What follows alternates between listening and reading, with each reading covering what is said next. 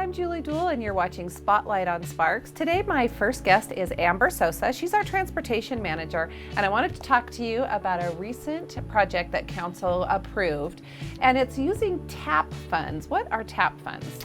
TAP funds is from the Transportation Alternative Program, and they're federal funds that are used to enhance community-based projects for pedestrians and to really enhance the transportation experience.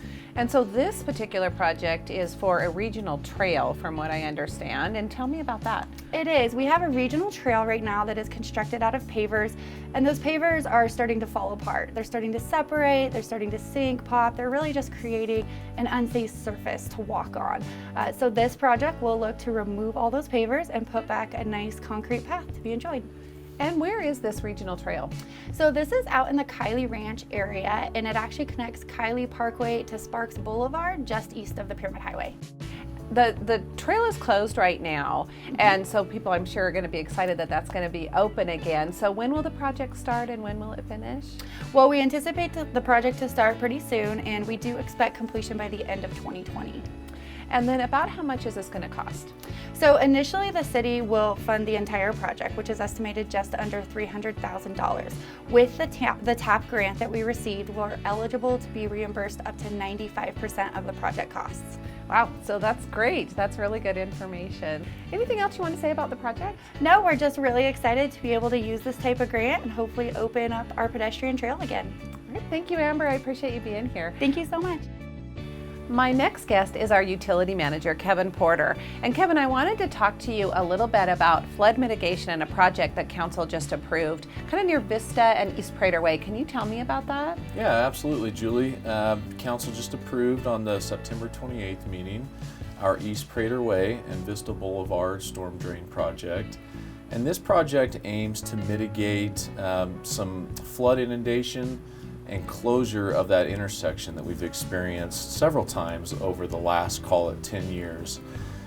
People may recall back in 2015 and 2017, the intersection was closed for approximately 12 hours, partially from the floodwaters that stopped vehicle traffic from transiting through, and then also from the time that it takes for our public works maintenance crews to be able to get in after the floodwaters recede, clean up all that debris, and then open the intersection back up to the traveling public. And so what we're aiming to do with this project is to install a pump station at the intersection and force all that storm water down Prater Way to the North Truckee Drain to where it naturally will drain out to the Truckee River. And what this project will do is try to mitigate that intersection being closed due to those recurring flood events. It's interesting you said that because I actually was in that intersection, I think in 2017, so I know exactly where you're talking about. There was significant just water over the road and just kind of localized flooding in that area, so this project, I'm sure, is just much needed. It is much needed. I think in addition to the residents that are nearby, the commercial business owners up and down the Vista corridor have certainly experienced what that impact is when that intersection is closed due to the flooding. And in addition to both residences and the businesses that are located in that area, there's the Northern Nevada Medical Center, there's a renowned urgent care, there's a few senior living homes, and our Sparks Police Department is located just to the west of the intersection. And so all of those stakeholders are certainly affected when the intersection's closed for an extended period of time. And this project certainly aims to if not mitigate completely, to significantly reduce impacts to that intersection from flood events. So how much is the project and how do we pay for this type project? The low bid for the project was $4,074,000, and this project is funded through revenues collected from both residential properties and commercial properties in the city of Sparks that pay sewer and storm drain fees. And so this project, from the storm drain fees that are collected, this project is fully funded from those fees. And we're excited about that because this is a project that I believe significant amount of people in the city have been impacted at some point in the past, and they certainly would be impacted at some point in the future if this project were not to be constructed. And so as their storm drain fees are being collected, this is a project that they will ultimately be able to see come to fruition and ultimately help in the east part of the city. Oh, that's great information. I think good information for people to know how those funds are being used too. Absolutely. So when will this project get started, and when do you expect completion? We anticipate the construction of the project to kick off sometime in November of this year. And the construction window that we have for the project is approximately 4 months. So if we get started in November, we'd expect it to wind down sometime early spring time, which will be good to get it open back up for summer traffic. And how much traffic impact do you think this is going to be? Yeah, that's a great question, Julie. There will be an impact to the traveling public both at the intersection and along Prater Way.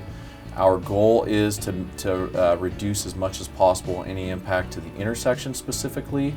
There will be some ongoing traffic control along Prater Way, and because there are so many important stakeholders kind of surrounding that intersection, during construction we'll make sure that we maintain access. The goal will be to maintain access both north-south and east-west as much as possible.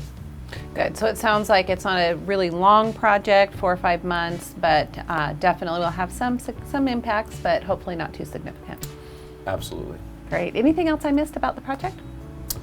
I'd just like to touch on again that we're really excited for this project from the standpoint that it's funded by both Sparks homeowners and Sparks business owners, and it's going to address an issue that we've seen in the past at this intersection that has significantly affected the traveling public and people that either transit for commute or live on the east side of the city.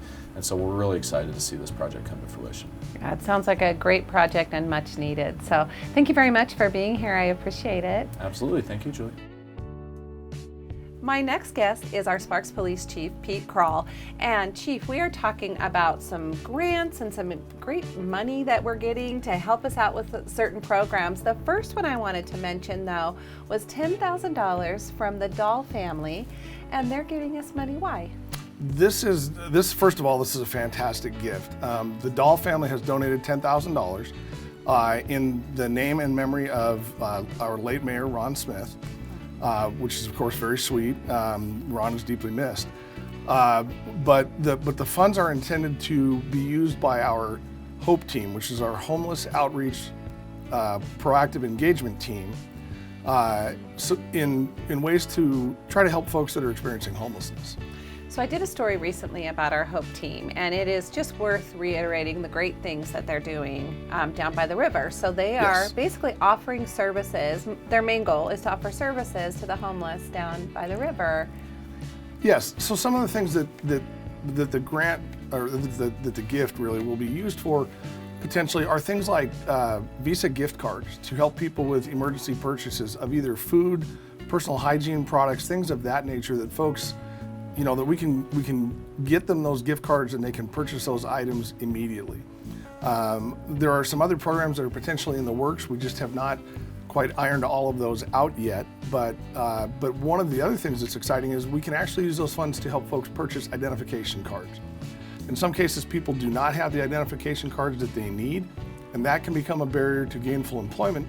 And so that's one of the ways that we hopefully can help that population and help serve our community at the same time. Great. Well, thank you, and thank you to the Dahl family. Absolutely. That is just amazing. Absolutely. So that's great. Another one that I wanted to talk to you about was a forensic contract with Washoe County, something $689,000 that council approved. Why do we go through Washoe County for our forensic services? Sure. Well, since 1988, we have contracted with the Washoe County Sheriff's Office to provide forensic services to our police department. The reason that we do that, there are actually a few. First and foremost, it would be cost prohibitive for the city of Sparks to stand up and staff and equip its own full-service forensic crime lab. Those are very expensive things to run and maintain, and it really would be something that would be extraordinarily difficult for the city of Sparks to do.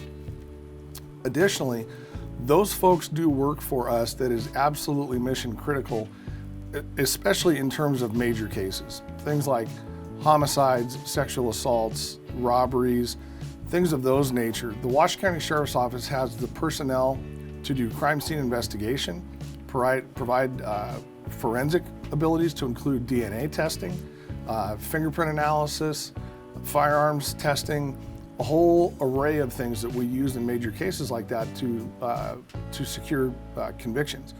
Without their help and without their expert testimony, which they also provide, we would have a much harder road to travel down without their help.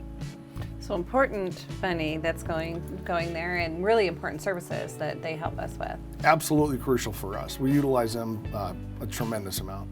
Great. Well, thank you. I think that's fascinating, the DNA testing and all of that. So very thankful that they're able to help us out with that. So the next one is there's an $11,000 grant for the Office of Traffic Safety. And what will that grant be used for? That grant will be used in a cooperative effort with other law enforcement agencies locally, to include the Washoe County Sheriff's Office, Reno Police Department, Washoe County School District Police, and others, to provide, basically to pay for overtime for officers to increase enforcement activities in and around school zones.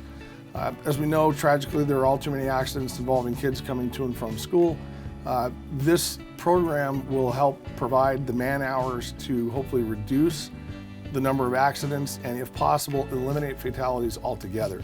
Obviously that's a lofty goal, but a very worthy one, and this grant certainly will help us take steps in that direction. So yes, so important to keep our kids safe in school zones. So Absolutely. Thank you. Our council also approved an interlocal agreement between the cities of Reno and Sparks and Washoe County for a 2020 Justice Assistance Grant Program. So can you Yes. tell us about that? Yes, if the grant is awarded to us, our share of that will be a little over $32,000. What we intend to do with those funds is purchase a training kit. It's a program that helps us deal with and train for active shooters and response to those sorts of events. We pray, of course, that they never happen, but it is something that we have to try and train and prepare for. In the past, we have had this training at our department. We have a number of new officers that we need to bring the training to. The difficulty can be in waiting and securing for that training kit so that we can hold that training session. If we own our own kit, we can train at whatever time is convenient to us, instead of waiting for the kit to arrive or for us to work into a national schedule. So we think that will provide a much higher level of training for our officers and benefit us quite a bit in the years to come. So huge benefits for that, and I'm sure we'll have more information coming about that interlocal agreement soon. Yes. So, okay, and lastly, I wanted to talk to you about an $80,000 grant award from the U.S. Department of Justice. And I know it has something to do with PPE and the coronavirus. Can you tell me about that? It does. Of course, since March or April of this year, I don't think anyone has not been affected by the coronavirus. But we in law enforcement and first responders have definitely been affected. We face the risk of being exposed to COVID virtually on every call that we go to. As the annual budget cycles come around, we always budget for first aid supplies, things of that nature. However, this pandemic is so out of the ordinary that the things that we normally budget for are not covered. So things like masks, gloves, gowns, face shields, other sorts of protective equipment for our personnel, not only our sworn personnel, but our civilian personnel inside the station. For example, our records and ID folks, when they come in and issue, if they're gaming cards or things where they come in close contact with folks, they need to be afforded that same level of protection as anyone else. So we've had to purchase materials and supplies so that we can do that, and that's what this grant will help us do. It will help us alleviate those budget strains that really no one saw coming. Right, and we're super thankful for all of these grants that we're able to utilize and use very effectively for our Sparks Police Department. Absolutely. Thank you, Chief, for giving us that information, and it's really great for people to know that we're good stewards of money, and these grants really, really help that, so thank you. Thank you. Thank you. And thank you for watching Spotlight on Sparks. I'll see you again next time.